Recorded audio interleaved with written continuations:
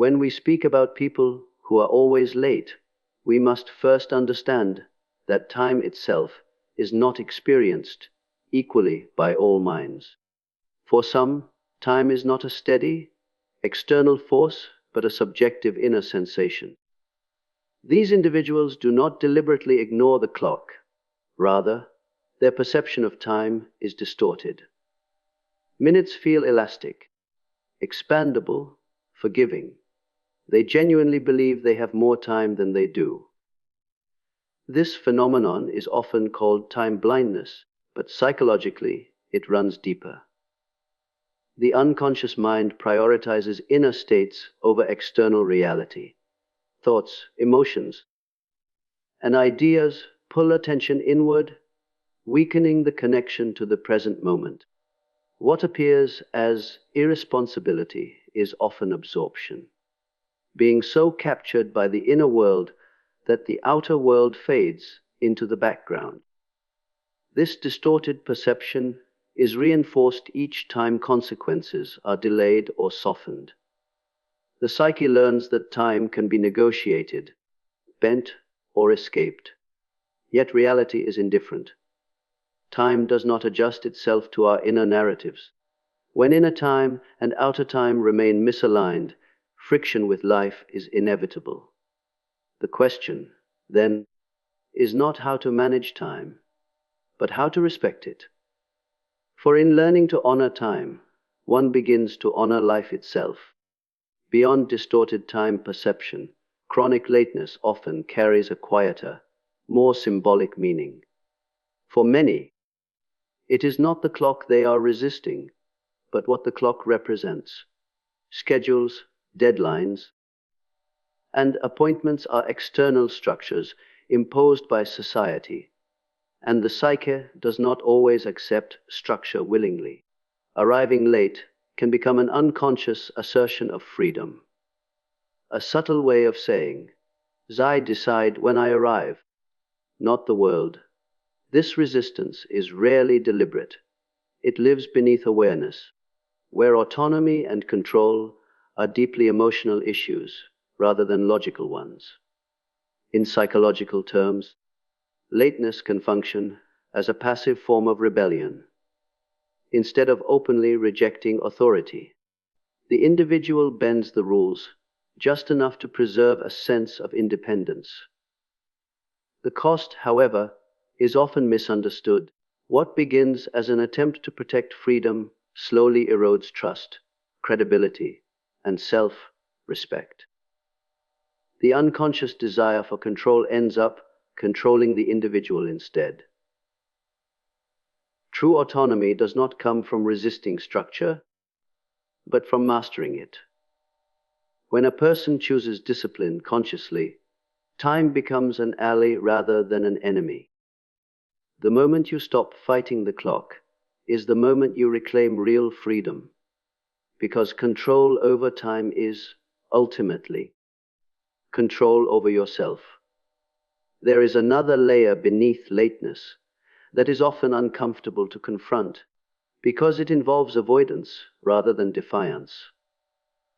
For some, being late is a way of arriving with less emotional exposure. When you enter a room late, the moment has already begun without you. Expectations are softened. Attention is divided. Responsibility feels diluted. This can be deeply appealing to a psyche that associates presence with pressure or judgment. Anxiety, self-doubt, or unresolved inner conflict often sit quietly behind this behavior. The unconscious learns that delay reduces emotional intensity. By arriving late, the individual postpones confrontation with people, with expectations, and ultimately with themselves. What appears to be poor time management is, in many cases, emotional self-protection. Yet avoidance always demands a price. Each delay reinforces the belief that one is not ready, not capable, or not strong enough to face the moment fully. Over time, this erodes confidence rather than preserving it. Growth requires contact, not retreat. Life cannot be engaged from the doorway. To arrive on time is not merely to be punctual. It is to stand fully present in one's own life. And the courage to arrive fully is often the first real step toward inner freedom. Many people who are habitually late are not careless or indifferent. They are hopeful, sometimes excessively so. They carry a quiet conviction that things will work out this time, that traffic will be light, tasks will finish faster, interruptions will disappear. This is not simple optimism, but a psychological bias rooted in the ego's desire to preserve a positive self-image. Admitting the need to leave earlier would mean admitting past misjudgment, and the mind resists this discomfort. The unconscious prefers possibility over probability. It remembers intentions more vividly than outcomes. "I meant to be on time" begins to feel almost equivalent to "I was on time." Overconfidence fills the gap between planning and reality. Yet life is not shaped by intention alone. Time responds only to action. This pattern becomes self-reinforcing. Each narrow escape strengthens the illusion of control, while each failure is quietly rationalized. But growth begins when optimism is tempered by humility, when one learns to respect limits rather than deny them. Wisdom lies not in believing everything will work out, but in preparing as if it might not. The moment you plan for reality instead of hope, you stop chasing time and begin leading it. For some individuals, chronic lateness is woven into identity rather than behavior. Being late becomes part of how they are known, unpredictable, mysterious, always arriving slightly apart from the rhythm of others. On the surface, this can appear as confidence or indifference.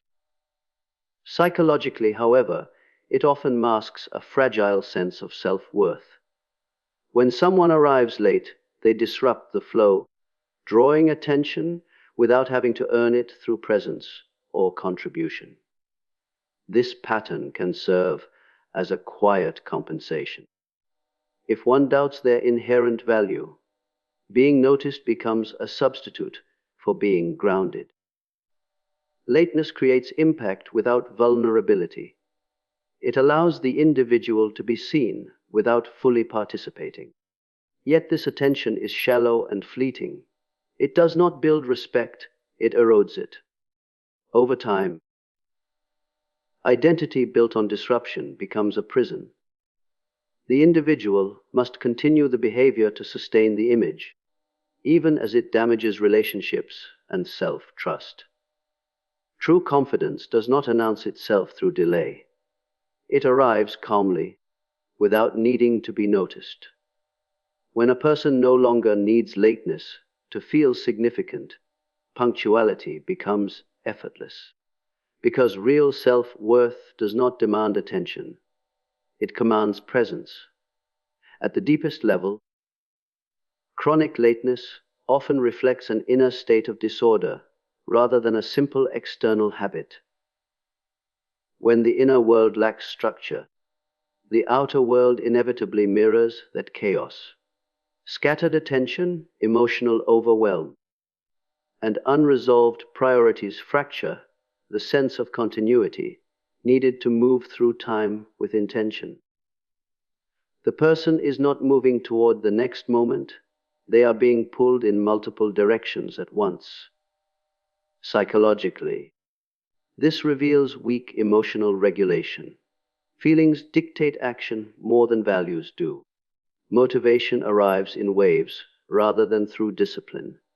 And when emotion fades, so does momentum.